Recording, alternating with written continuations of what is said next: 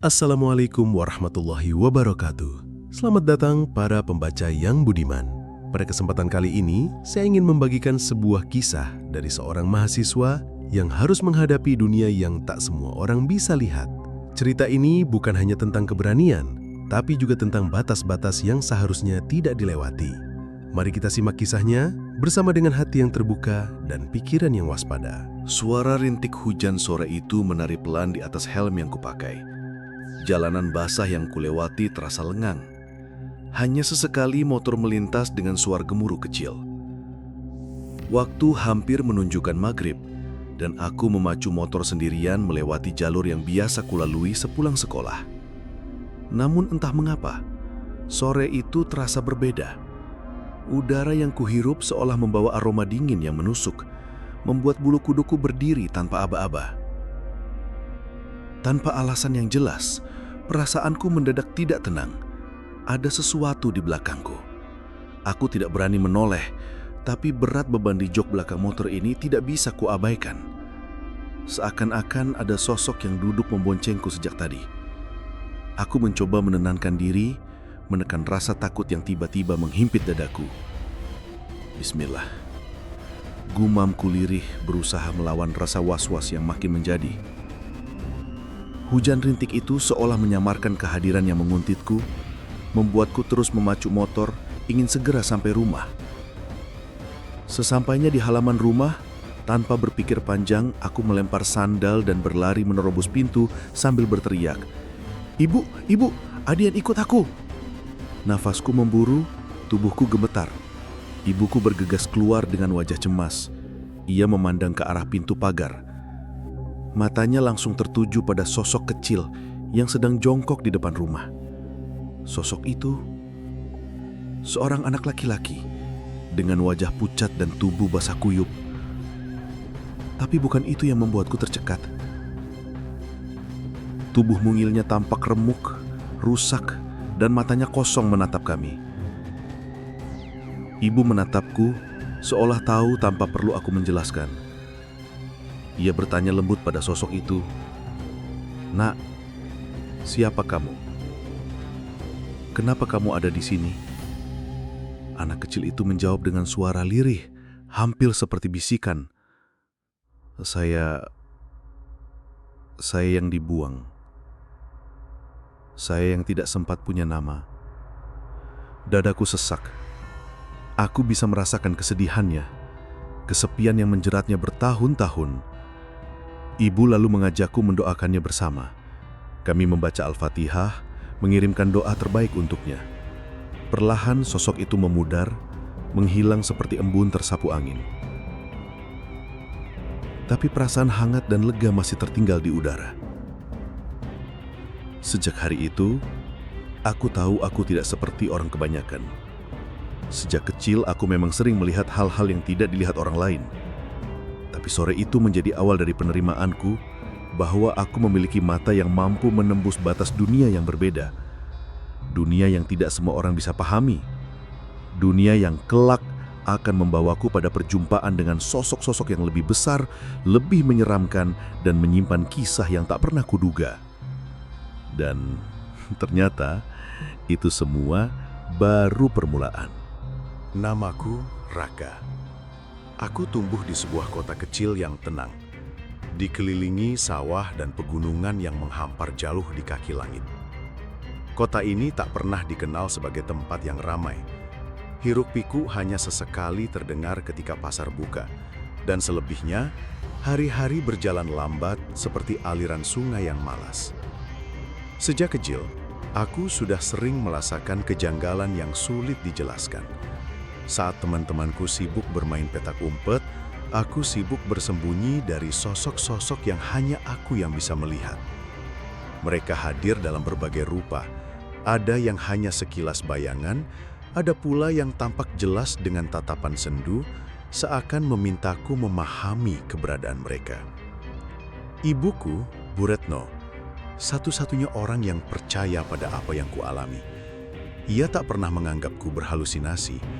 Mungkin karena kemampuan ini memang mengalir dari garis keluarga kami. Nenekku dulu dikenal sebagai orang pintar, meski ia jarang membuka diri kepada banyak orang. Ibuku pernah bilang, darah yang mengalir di tubuhku membawa mata yang berbeda.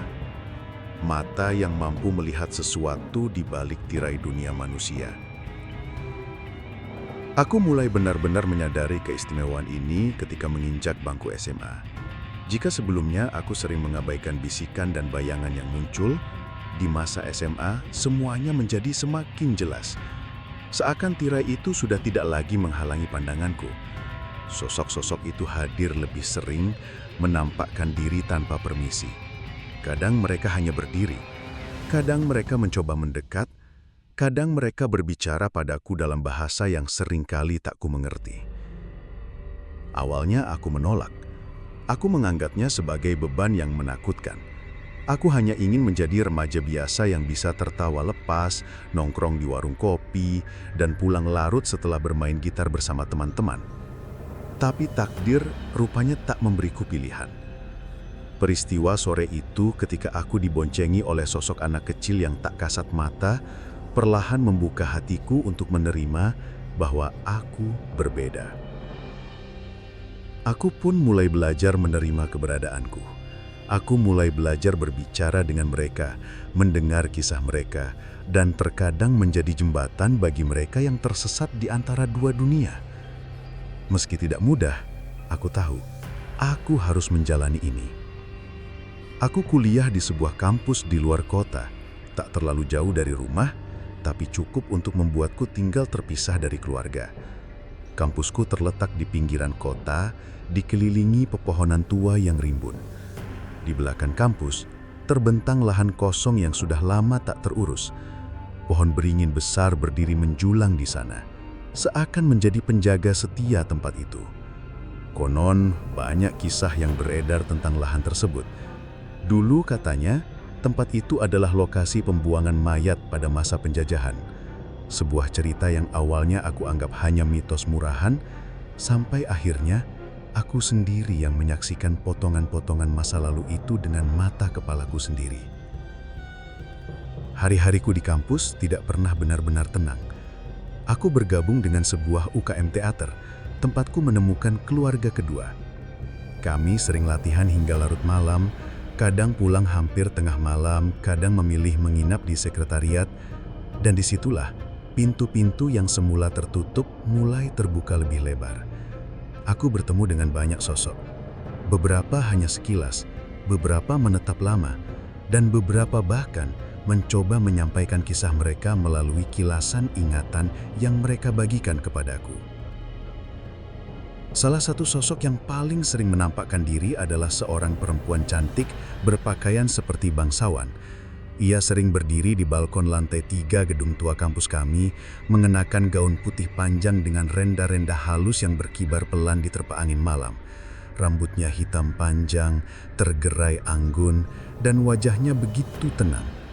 Aku memanggilnya Nona Anastasia, nama yang suatu malam ia bisikkan kepadaku dalam mimpi. Ia tak pernah mengganggu, hanya mengamati. Namun dari tatapannya, aku tahu ia menyimpan beban masa lalu yang belum usai. Bersama waktu, aku mulai mengerti bahwa kampusku bukan sekedar tempat menimba ilmu. Di balik tembok-tembok tuanya, ada kisah-kisah yang tertinggal, ada luka yang belum sembuh, ada jiwa-jiwa yang masih terperangkap. Dan aku, entah mengapa, menjadi salah satu yang bisa mendengar bisikan mereka, yang bisa melihat mereka, yang bisa masuk ke dimensi mereka. Namun aku belum tahu, apakah ini sebuah anugerah atau justru sebuah kutukan. Semuanya bermula pada sebuah malam latihan yang tampaknya biasa saja. Seperti malam-malam sebelumnya, aku dan teman-teman UKM teater berkumpul di aula belakang kampus, mempersiapkan pementasan yang sudah lama kami rencanakan. Udara malam itu terasa berat, lebih lembab dari biasanya, dan ada bau tanah basah yang samar-samar menyusup di sela-sela udara. Mungkin baru saja turun hujan di sisi lain kampus, pikirku waktu itu. Kami duduk melingkar, mengevaluasi latihan yang baru saja usai. Aku duduk agak menepi, Punggungku menghadap lahan kosong yang hanya dibatasi pagar besi setinggi pinggang. Di balik pagar itu gelap sempurna. Hanya bayang-bayang pepohonan yang bergoyang perlahan diterpa angin malam. Saat seorang senior sedang berbicara, mataku tanpa sengaja terpaku pada sudut lahan kosong itu. Sebuah sosok tampak berjalan perlahan di antara semak-semak. Awalnya aku mengira itu orang iseng, mungkin warga sekitar. Tapi langkahnya terlalu pelan, terlalu sunyi, dan yang membuat jantungku berdegup kencang, sosok itu tak punya kepala. Aku membeku. Sosok itu terus berjalan, dan di tangannya yang kaku, ia menggenggam sebuah kepala. Kepalanya sendiri. Mukanya bersih, seperti manusia biasa, tapi sorot matanya kosong. Ia berjalan pelan, seolah tahu betul kemana ia harus melangkah. Dan lebih mengerikannya lagi, ia berjalan lurus ke arahku. Aku ingin memalingkan wajah, tapi tubuhku seperti terkunci. Suara teman-temanku di sekeliling mulai menghilang, tenggelam dalam gema detak jantungku yang bertalu-talu di telinga. Sosok itu semakin dekat. Jalannya lambat, namun setiap langkahnya seperti membelah jarak dengan cepat. Aku bisa melihat dengan jelas pakaian lusuh yang masih menempel di tubuhnya. Luka menganga di lehernya masih basah, seolah baru saja dipisahkan dari kepala yang kini ia gendong. Aku mencoba membaca doa dalam hati, tapi lidahku keluh. Kakiku gemetar. Aku ingin berteriak, namun suara tercekat di tenggorokan. Tiba-tiba, tangan dingin menepuk pundakku dari belakang. "Raka, kamu kenapa?" tanya suara temanku, mengagetkanku. Aku tersentak, napasku memburu, dan dalam sekejap, sosok itu menghilang. Tapi bayangannya masih tertinggal di pelupuk mata. Aku pura-pura tersenyum, mencoba menutupi kegelisahan yang baru saja menggempurku. Sepulang latihan malam itu, aku tak bisa tidur. Wajah sosok tanpa kepala itu terus mengganggu pikiranku. Aku mencoba mencari tahu, bertanya pada teman-teman lama yang pernah aktif di UKM teater sebelum angkatanku. Salah satu dari mereka, Kak Intan, akhirnya mengisahkan sesuatu yang selama ini disembunyikan. "Aku pernah lihat juga, Rak," kata Kak Intan dengan nada pelan. "Dulu, tempat latihan kita itu pernah jadi lokasi pembuangan mayat zaman dulu, terutama waktu masa penjajahan. Banyak yang mati di situ, mayatnya dibuang begitu saja. Ada yang dibunuh, ada yang disiksa sampai putus kepala." Cerita itu membuat bulu kuduku meremang. Dan semakin aku menyelidiki, semakin banyak potongan kisah yang kudapatkan. Aku mulai sering mendapat kilasan-kilasan memori dari sosok yang pernah kulihat itu. Ia adalah seorang pejuang pribumi yang mati terbunuh dengan cara keji. Kepala yang ia gendong adalah simbol dari ketidakadilan yang ia terima. Jiwanya tidak pernah benar-benar pergi dari tempat itu. Ia terjebak di antara rasa marah dan ketidakikhlasan. Sejak pertemuan itu, sosok tersebut mulai sering menampakkan diri padaku. Ia muncul tidak hanya di lahan kosong, tapi juga membayangiku saat aku makan di kantin, muncul sekilas di pantulan kaca ruang kelas, bahkan kadang berdiri diam di sudut kamar kosku saat malam menjelang. Aku tahu ini bukan kebetulan. Sosok itu sedang membawaku pada sesuatu yang lebih besar. Ia sedang menyampaikan pesan yang belum ku tahu isinya.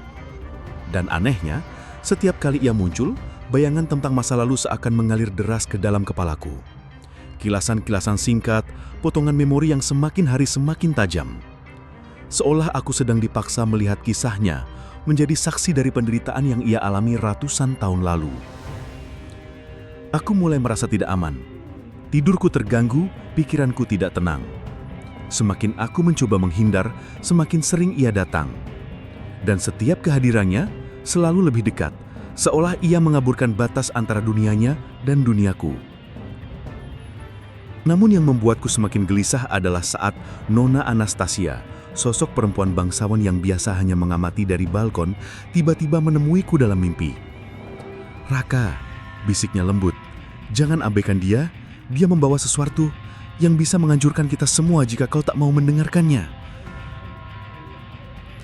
Aku terbangun dengan nafas memburu.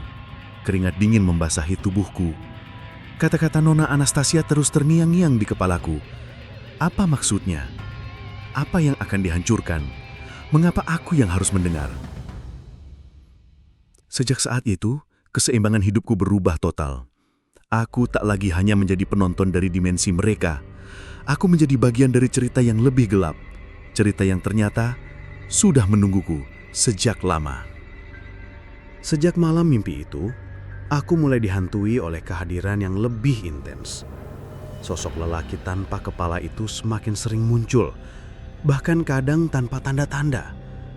Ia tak lagi sekadar bayangan di kejauhan, tetapi benar-benar hadir dalam jarak yang dekat, dalam ruang yang seharusnya menjadi tempatku berlindung.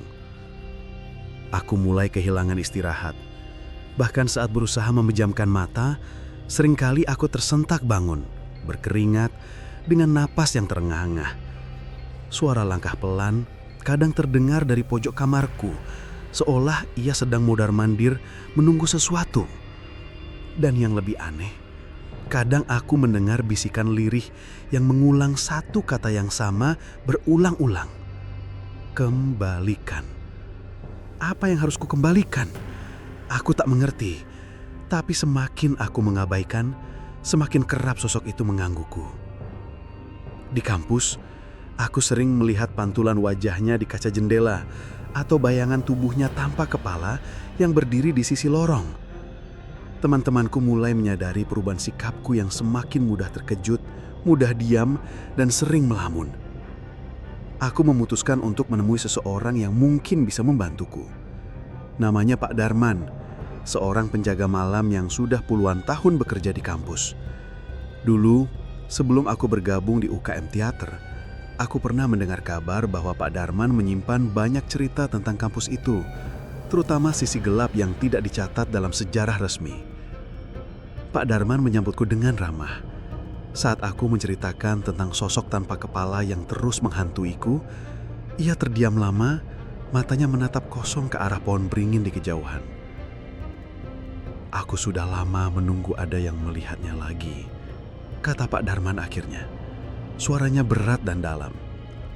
Sosok itu bukan sekadar arwah penasaran. Ia adalah penjaga. Tapi tampaknya ada yang telah diambil darinya. Diambil? Tanyaku, mencoba memahami. Iya, ada sesuatu yang hilang. Sesuatu yang menjadi penghubung antara dirinya dan tempat ini. Aku semakin bingung. Apa maksudnya, Pak? Pak Darman tidak langsung menjawab. Ia malah menceritakan sejarah lama kampus itu. Dulu, di masa penjajahan, lahan kosong belakang kampus digunakan sebagai tempat eksekusi dan pembuangan mayat para pejuang pribumi yang dianggap berbahaya oleh tentara kolonial. Salah satu pejuang yang dibunuh dengan kejam, dipenggal kepalanya, menjadi sosok yang kini menghantuiku. Konon, kepala dan tubuhnya tidak dikuburkan bersama. Kepalanya disimpan sebagai simbol kemenangan oleh penjajah, lalu hilang entah kemana. Jelas Pak Darman, selama kepalanya tak dikembalikan ke tubuhnya, ia akan terus terjebak. Ia tidak bisa pergi, dan ia akan terus menghantui siapapun yang bisa melihatnya. Dek, kata-kata itu menamparku. Apakah ini yang dimaksud dengan kembalikan? Pak Darman memberiku petunjuk samar. Ia pernah mendengar kabar bahwa benda peninggalan dari masa penjajahan masih tersimpan di gudang kampus yang sudah lama dikunci dan tidak pernah dibuka lagi. Dengan bantuan dua temanku, Randy dan Maya, aku memberanikan diri menyusuri lorong-lorong kampus malam itu mencari gudang yang dimaksud. Randy awalnya menolak, tapi akhirnya ia ikut setelah aku memaksa. Kami menemukan gudang tua itu di sisi paling belakang kampus. Pintunya berkarat dan sulit dibuka.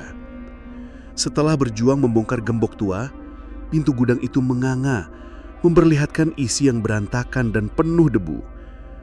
Kami menggeledah setiap sudut, menyibak kotak-kotak kayu yang sudah lapuk, menyingkirkan jaring-jaring laba-laba yang menggantung tebal. Sampai akhirnya, aku menemukan sebuah peti kecil, terkunci rapat. Bentuknya sederhana, tapi entah kenapa aku merasa peti itu yang kucari. Saat kubuka, jantungku seakan berhenti berdetak. Di dalamnya, terbungkus kain lusuh, tersimpan sebuah tengkorak kepala manusia. Ini, dia, bisikku. Tubuhku gemetar. Namun belum sempat kami menarik nafas lega, suasana gudang tiba-tiba berubah. Udara menjadi dingin dan di belakang kami, terdengar suara langkah kaki, berat dan menyeret. Kami menoleh serempak, dan di sana sosok tanpa kepala itu berdiri. Tubuhnya menghadap kami, meski tanpa kepala, seolah ia tahu keberadaan kami. Ia mengelurkan tangannya, perlahan menunjuk ke arah tengkorak yang kugenggam. Tiba-tiba, pintu gudang tertutup keras, membuat kami terjebak. Maya menjerit. Randy memukul-mukul pintu, mencoba membukanya. Aku tahu kami tidak makan lari. Sosok itu semakin mendekat. Gerakannya lambat, namun tak terhentikan. Aku memeluk peti berisi tengkorak itu erat-erat, seolah benda itu adalah kunci bagi keselamatan kami. "Raka, kasihkan aja," teriak Randy. Tapi tubuhku kaku. Aku bisa merasakan getaran energi yang kuat dari tengkorak itu, seolah ada sesuatu yang menahanku untuk memberikannya begitu saja. Sosok itu semakin mendekat dan untuk pertama kalinya, aku mendengar suaranya. Bukan bisikan samar seperti sebelumnya, melainkan suara berat yang menggema dalam pikiranku. "Kembalikan aku." Mataku terbelalak. Dalam sekejap, bayangan masa lalu membanjiri pikiranku.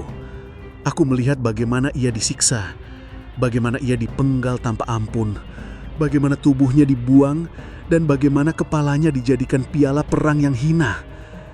Aku mengerti kini. Ia tidak menginginkan balas dendam. Ia menginginkan keadilan. Ia menginginkan penyatuan yang selama ini dirampas darinya. Tapi bagaimana caranya? Di mana tubuhnya? Apakah aku cukup kuat untuk mengakhiri semua ini? Pertanyaan-pertanyaan itu menggantung di udara, menambah sesak dalam dadaku. Sementara waktu terus berjalan, dan pintu gudang yang terkunci seolah menjadi pertanda bahwa kami belum akan keluar sampai semua menemukan jawabannya. Suasana dalam gudang itu semakin mencekam. Udara menjadi berat. Napas kami tersengal seolah setiap hirupan udara menuntut perjuangan. Maya menitikkan air mata. Tubuhnya gemetar hebat. Sementara Randy terus-menerus mencoba membuka pintu yang seolah telah menyatu dengan tembok. Tidak ada celah, tidak ada jalan keluar. Di hadapanku, sosok tanpa kepala itu semakin mendekat. Tubuhnya yang tegap, langkahnya yang berat, dan tangan yang terus terulur, semuanya terasa begitu nyata. Tengkorak di dalam pelukanku bergetar, seakan merespon kehadiran pemiliknya.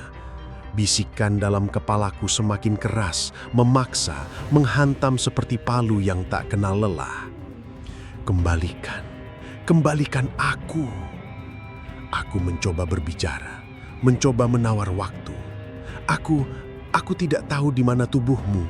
Aku tidak tahu bagaimana mengembalikanmu. Tapi suara itu tak memberi ruang bagi penjelasan. Ia menuntut, mendesak, dan seolah tak mengenal belas kasihan. Bayangannya semakin dekat. Aku bisa mencium aroma tanah basah bercampur darah kering yang menempel pada pakaian lusuhnya. Jarak kami tinggal beberapa langkah. Di saat itulah, sesuatu bergetar dalam saku celanaku. Sebuah kunci kecil, berkarat, yang sebelumnya aku ambil tanpa sadar saat menggeledah gudang. Aku teringat sebuah papan usang yang tadi sempat kulihat di luar gudang, bertuliskan tempat peristirahatan. Aku melirik ke arah Randy yang mulai putus asa memukul pintu.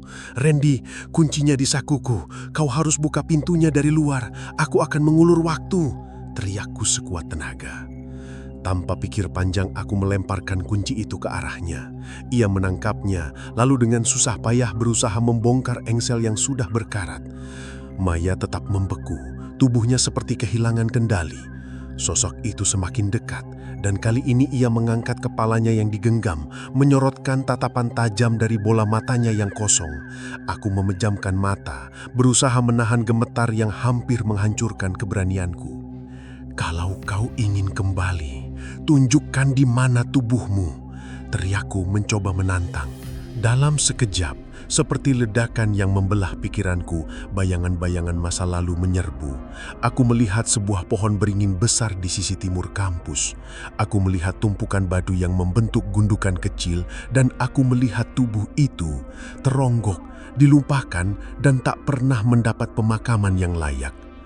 Aku mengerti sekarang. Itulah tempatnya.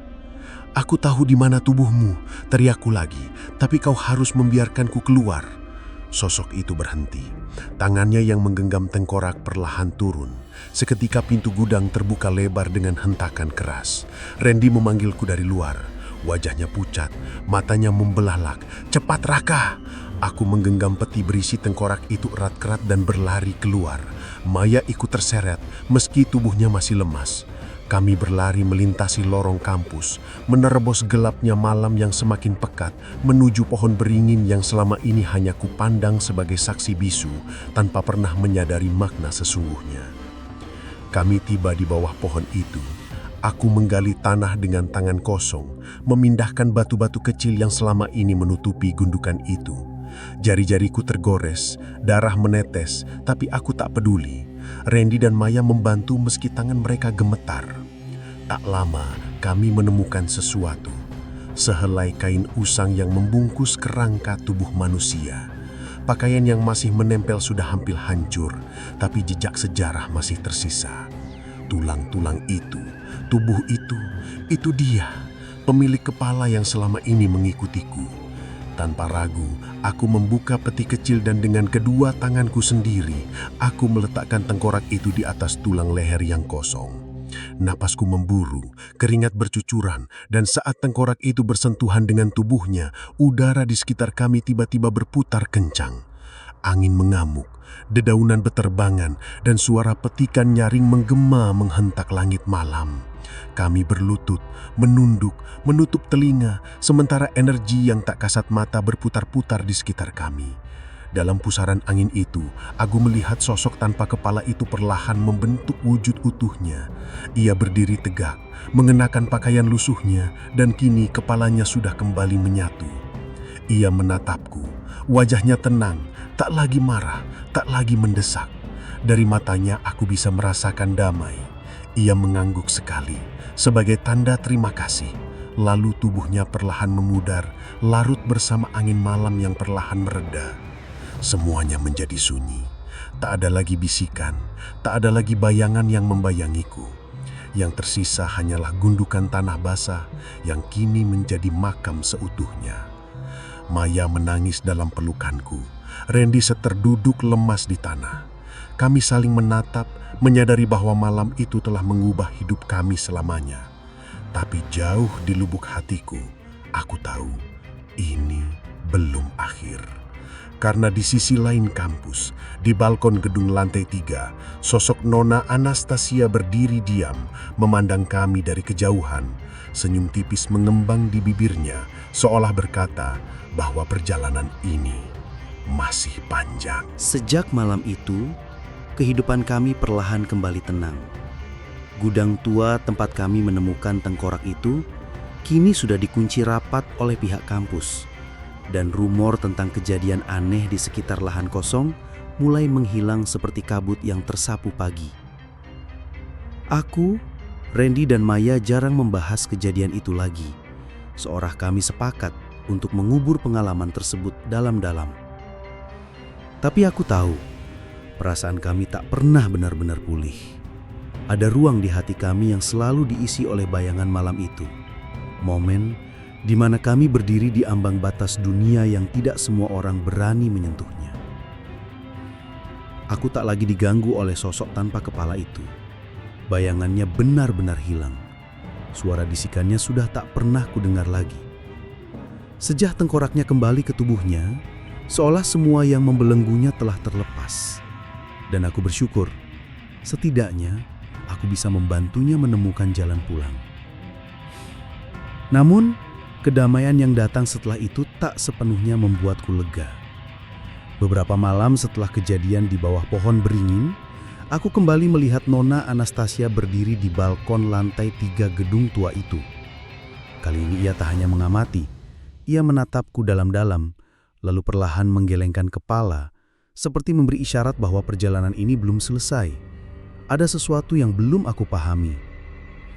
Malam-malam berikutnya aku kerap bermimpi tentang masa lalu, tentang halaman besar dengan air mancur megah, tentang ruang dansa dengan lantai marmer berkilau, dan tentang sosok Anastasia yang duduk di meja rias dengan mata sayu. Aku mulai menyaksikan potongan-potongan kisah hidupnya, kisah yang dipenuhi luka dan pengkhianatan. Seolah setelah aku membantu sosok tanpa kepala itu, kini aku menjadi bagian dari cerita Anastasia yang selama ini tersembunyi. Mimpi-mimpi itu seperti pintu yang perlahan terbuka, membawaku masuk ke dalam dunianya yang sunyi dan dingin. Aku sempat bertanya-tanya, apakah ini takdirku? Apakah aku akan selalu menjadi penyeberang di antara dua dunia? Mampukah aku terus memikul beban ini? Pertanyaan-pertanyaan itu menggantung, tak pernah menemukan jawaban yang pasti.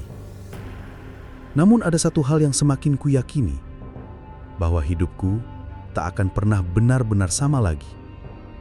Aku sudah menjadi bagian dari mereka, dari kisah-kisah yang belum selesai, dari jiwa-jiwa yang masih mencari ketenangan. Aku mencoba menjalani hari-hari seperti biasa, kuliah, latihan teater, dan sesekali berkumpul bersama Randy dan Maya, meski ada jarak yang tak terucap di antara kami. Kami tahu kami telah melewati sesuatu yang tak bisa dijelaskan kepada orang lain, sesuatu yang hanya kami bertiga yang tahu. Maya mulai berani bercanda lagi, meski kadang ia masih terdiam ketika melewati pohon beringin itu. Randy tetap menjadi sahabatku yang paling setia, meski aku tahu kejadian itu meninggalkan bekas trauma dalam dirinya. Sedangkan aku, meski tak lagi diteror, aku mulai menyadari satu hal. Aku tak bisa lari dari apa yang sudah menjadi bagianku. Beberapa kali ketika aku pulang larut dari kampus, aku melihat bayangan Anastasia berjalan pelan di balkon. Gaun putihnya berkibar lembut tertiup angin malam. Kadang ia berdiri lama, menatapku dari kejauhan. Kadang ia hanya melintas seolah ingin memastikan bahwa aku masih di sini. Dan setiap kali aku menatap balik ke arahnya, ia selalu meninggalkan senyum tipis. Senyum yang menyimpan ribuan kata yang belum terucap. Senyum yang membuatku tahu perjalanan ini belum usai. Tapi untuk sementara, angin sudah tenang. Malam-malamku kembali sunyi. Dan aku tahu, aku hanya sedang diberi waktu. Waktu untuk mempersiapkan diri menghadapi cerita berikutnya. Cerita yang mungkin akan membawaku ke rahasia yang lebih dalam, lebih gelap, dan lebih menyesakan. Karena tidak semua yang hilang ingin ditemukan. Dan tidak semua yang tertinggal ingin diceritakan. Waktu terus berjalan. Kehidupan kampus perlahan kembali normal. Atau setidaknya terlihat normal di mata mereka yang tidak pernah melihat apa yang kulihat. Aku melanjutkan hari-hari seperti biasa. Mata kuliah, latihan teater, rapat organisasi, semua berjalan seperti tak pernah terjadi apa-apa. Tapi bagi kami bertiga, aku, Randy, dan Maya, bekas luka malam itu tidak pernah benar-benar hilang. Kami membawanya dalam diam, membiarkannya menjadi bagian dari diri kami yang terdalam. Suatu sore saat aku duduk sendirian di bangku taman kampus, Pak Darman datang menghampiri. Ia duduk di sampingku, membawa 2 gelas kopi hangat. "Kamu berhasil, Nak, tapi kamu juga sudah membuka pintu yang selama ini tertutup." Aku menatapnya, berusaha memahami maksudnya.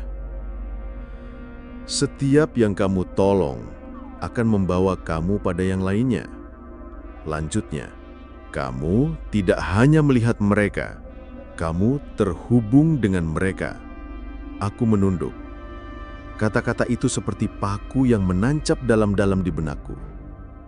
Aku mulai mengerti bahwa dengan menyatukan kepala dan tubuh sosok pejuang itu, aku tidak hanya menolongnya pergi. Aku telah menjadi jembatan. Aku telah membuka jalur yang mungkin tak bisa kututup lagi. Sejak saat itu, mereka datang satu persatu. Wajah-wajah asing yang muncul dalam mimpiku. Tangan-tangan yang menggapai dari balik bayangan. Kisah-kisah yang belum selesai. Jiwa-jiwa yang tersesat. Beberapa dari mereka hanya ingin didengar, beberapa ingin disampaikan pesan terakhirnya, tapi ada pula yang datang dengan dendam yang begitu kuat hingga sulit dibedakan. Apakah mereka ingin meminta tolong atau justru ingin membawaku ikut bersama mereka? Mereka mulai menghampiriku tidak hanya di malam hari, tapi juga siang, di tengah keramaian, di lorong kampus yang ramai mahasiswa, di kelas, bahkan di rumah. Aku mencoba bertahan. Aku mencoba memahami. Tapi semakin lama, batas antara dunia mereka dan duniaku semakin tipis. Kadang aku tidak tahu apakah yang kulihat adalah manusia atau bukan. Sampai suatu malam, ketika aku baru saja selesai latihan teater, aku berjalan melewati lorong belakang kampus. Langkahku terhenti ketika aku melihat seseorang berdiri di ujung lorong. Rambutnya panjang, gaun putihnya berendah, dan matanya menatapku lekat-lekat. Nona Anastasia. Ia berdiri lebih dekat dari biasanya. Kali ini bukan sekedar bayangan di balkon. Ia hadir sepenuhnya di hadapanku. "Aku sudah menunggumu pergi," bisiknya. Ada sesuatu yang berbeda dari tatapannya malam itu. Sorot matanya tak lagi hanya menyimpan cerita. Ada sesuatu yang dia sembunyikan. Sesuatu yang selama ini ia tahan.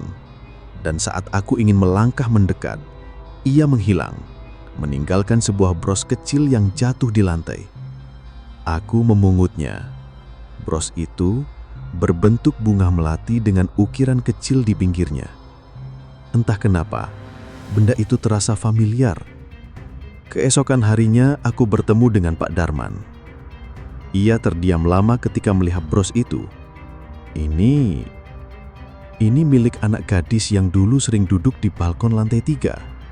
Dia bukan Anastasia. Aku menatapnya, bingung, bukan? Tapi dia selalu mengatakan, "Tidak semua yang kamu lihat adalah siapa yang mereka katakan." Pak Darman menatapku dalam. "Kadang mereka memakai wajah yang kamu percaya agar kamu tetap membiarkan mereka berada di sekitarmu." Jantungku seketika berdegup kencang. Tanganku gemetar memegang bros itu. "Siapa dia sebenarnya, Pak?" Pak Darman menghela napas panjang. "Ada cerita lama tentang sosok yang suka menyesatkan. Ia menggunakan banyak wajah, banyak nama, dan seringkali muncul sebagai orang yang menolong. Tapi sebenarnya ia mencari pengganti. Ia mencari orang yang bisa membuka pintu baginya. Dan setelah pintu itu terbuka," Pak Darman tak melanjutkan kalimatnya. Aku tersadar. Aku telah membuka pintu itu. Sejak saat itu, aku tidak pernah lagi melihat Nona Anastasia berdiri di balkon lantai 3. Karena ia sudah berjalan bebas di sisiku, dimanapun aku berada. Dan mungkin selama ini, bukan aku yang menemukan mereka, tapi merekalah yang menemukan aku. Demikianlah kisah ini berakhir. Namun bagi Raka, perjalanan itu mungkin baru saja dimulai. Semoga dari cerita ini, kita belajar bahwa tidak semua rasa penasaran harus dipaksakan untuk dibuka. Tetaplah berhati-hati, karena mungkin saja kita tidak sendiri. Wassalamualaikum warahmatullahi wabarakatuh.